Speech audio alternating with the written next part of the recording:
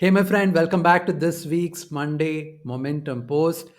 In this week, we are going to be taking on a very important topic, which is about what kind of win you want to experience in your life, in your career, for your family, for your future. So that's the topic. Let's get going. The first point that I want to share, it's like, the difference. Think of it as you having a table, one left hand side having a type of win, a type of victory that's going to, ask you to go for the next and the next, and in the right hand side there is a different type of approach towards that. All right, so the first thing I want to talk about is your motivation fueled by envy towards what other people have, by what other people have already achieved, by looking at, hey, this person has so much, I've been on this path with this person, or I've been in this path even before this person started. I deserve more than this person. Is that the kind of victory that you want to experience in your life, in your career? By the way, that works. I'm not saying that doesn't work. That, the drive, the motivation, the desire fueled by envy, that's a powerful motivator. But I want all of, even if you have that kind of a thought in your mind, I want you to ask yourself this question: what after that? What after that? What after you have beaten them, defeated them, you have more compared to them, and now they envy you? What after that? I want you to realize that there will always be someone in the same game that you're playing who has more, who has achieved a lot more, who's a lot more capable, who's a lot more brilliant than who we are in the same, the domain or whatever field we are in right now. I want you to recognize that, because if the motivation, if you're fueling your growth based on just the envy, it's going to be a very dark kind of a force that's going to put you in this churn, which is going to make you feel, burnt out from within, hollow from deep within. And we don't want that kind of a drive for us. We want to be, on this journey towards excellence, fueled by growth, fueled by possibilities, fueled by who you can become, fueled by what you can contribute to this world, to people around you, isn't it? That's the kind of positive approach to the game of winning, or the game of excellence, that I would encourage you to have. Because you can always ask this question: hey, the ripple effect of what I am doing or what I am kind of creating here, it's going to be amazing. It's going to be beautiful. I'm just here to pass the baton to someone else. And we are going to have a huge team of relay runners who will just keep passing this awesomeness, this motivation of, the fueling themselves towards the aspect of becoming and growing and envisioning a beautiful possibility for all of us. I hope you're following me on this. So that's the first part. Fueled by envy, fueled by growth. Okay. Let's come to the second point here. The type of win, the type of victory that we always want to have in our lives. So the second part is, have you seen a lot of individuals?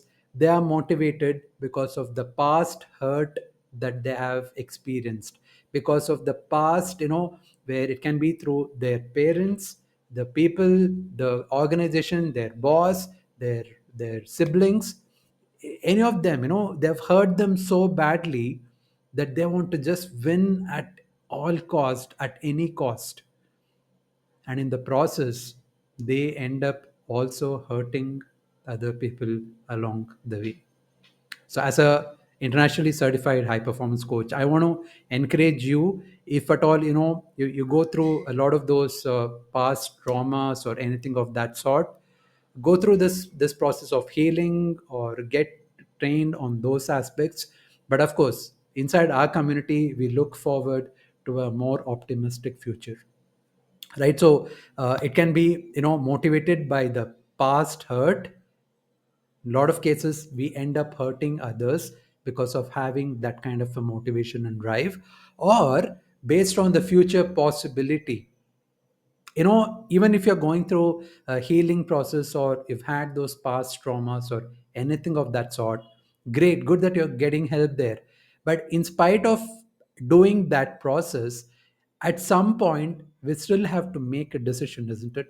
We still have to make a decision towards the future outcomes, the optimistic side of things, who we want to become, the kind of service that we want to have on this planet, the kind of legacy that you would want to leave for your kids, for your community, for the people whom you live with, for this planet who has given so much for billions and billions of years, isn't it? So I want you to fuel your transformation, and the motivation and the desire to do that based on the possibilities, based on optimism, and not based on hurt. Because one, we will end up hurting ourselves more, because any victory will only give that past hurt in our mind, saying, hey, I'm doing for this. Just look at how much of hurt that I've gone through. It'll only be a constant reminder. Even your victories, even those big things that you have been achieving, let it not just remind you about the past hurt, but let it push you towards a more optimistic future. Okay, so more optimism than the hurt. So that's the second type of the growth journey that we all can be part of. Of course, the choice is ours to make. And the third one that I want all of you to be aware of is, this desire to have more. It can be finance, it can be people, it can be any kind of wealth that you want to create for yourself, for your family. A lot of times it's driven by the lack of what we don't have yet, right? So we are constantly focusing on things that we did not have, things that we do not have, and that motivates us. Of course, that's the reality, we have to agree. But if the motivation is only focusing on the lack, we know from the world of the law of attraction and everything, we only tend to attract more lack. Maybe you have some wins in that specific area, but we tend to attract lack in some other area of our life. I hope this is making sense to you. So instead, focus and fuel your next level of growth, transformation, building to a whole different new version of yourself, fueled by abundance and not lack. I lack this, therefore I want this. Instead of that, I want to abundantly create this for myself and for people around me. Therefore, I'm willing to work towards that. That's a kind of a thought process shift that I would love for you to have this week. So three things: don't be fueled by the envy or the past hurt or the lack, but rather be fueled by the growth possibilities, by the optimism and by the abundance that you can create for yourself, for your family, and for your people. Thank you so much. If you're not yet part of this amazing community that we're building, this is time for you to make a choice, because we constantly don't look at the negative side of things, but we are more optimistic towards our future. And if you're here inside our community, please don't forget to leave a comment and let me know, how are you processing this? How are you going to utilize this for this week's progress into your life, in your career, in your relationship? And hey, let's rock and roll into yet another amazing week, and let's create amazing levels of performance, productivity, and excellence this week.